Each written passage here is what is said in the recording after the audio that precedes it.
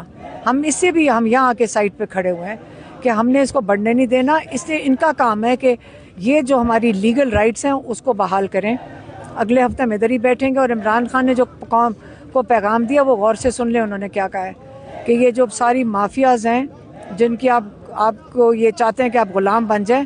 ہم یہاں راستے میں آتے ہیں چکری کی طرف سے, آپ بھی کئی لوگ آتے ہوں گے, تو ہاؤسنگ سوسائٹیز جس سپیڈ پہ بڑھ رہی ہیں, پاکستان کی ان امپلائمنٹ 21 سال میں سب سے بلند سطح پہ ہے, اور یہاں پہ ہاؤسنگ سوسائٹیز جس سپیڈ سے ہم نے 2 سال میں بنتے دیکھی ہیں ہم تو اس کے گواہ ہیں کہ اس وقت سارا کام چل رہا ہے لینڈ مافیا کا, جیسے عمران خان نے کہا شوگر مافیا, ہر قسم کی مافیا. جو میری بہن پیغام دے رہی ہیں آپ کو عمران خان کا ہے کہ اگر آپ اپنے لیے خود نہیں کھڑے ہوئے اس کے لیے کال کیوں دیں گے وہ عمران خان. ہمیں نظر نہیں آ رہا کہ ہمارے ساتھ کیا ہو رہا ہے, ہمیں خود ناانصاف مل رہا ہے عدالتوں سے.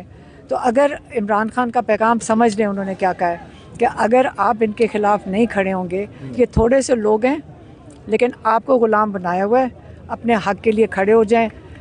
اگر نہیں کھڑے ہوں گے تو آپ اور آپ کی اگلی نسلیں ان کے غلام رہیں گی.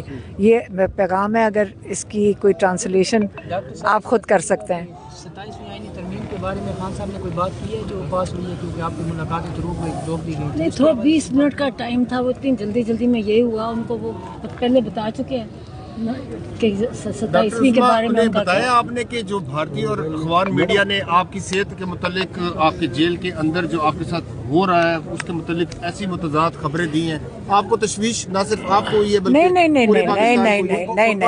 ایک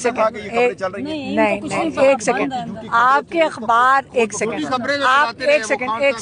نہیں وہ جھوٹی نہیں. یہاں آپ مجھے یہ بتائیں جو بند کر دیتے ہیں نا, ایک سیکنڈ سن لیں, جب آپ انلیگلی کسی کا رابطہ ختم کر دیں گے یہی ہوگا. سب سے آسان طریقہ ہماری حکومت کے لیے یہ تھا کہ یہ عمران خان سے ان کی فیملی اور ان کے وکلاء کی ملاقات کروانے دیں. ان کا خیال تھا اگر عمران خان کو بند کر دیں گے تو ساری دنیا بھول جائے گی. تو ان کا آج یہ تو ان کو ٹیسٹ آن ہو گئی ہے کہ کوئی نہیں بھولے گا ان کو. اور دوسری بات یہ میں اور بات بتاؤں, آپ لوگ ایک دفعہ بتائیں سب کے لیے کہ عمران خان کے لیے جو دعائیں ہیں نا وہ پوری دنیا میں ہیں, اس لیے عمران خان کو انشاءاللہ کچھ نہیں ہوگا. اور جو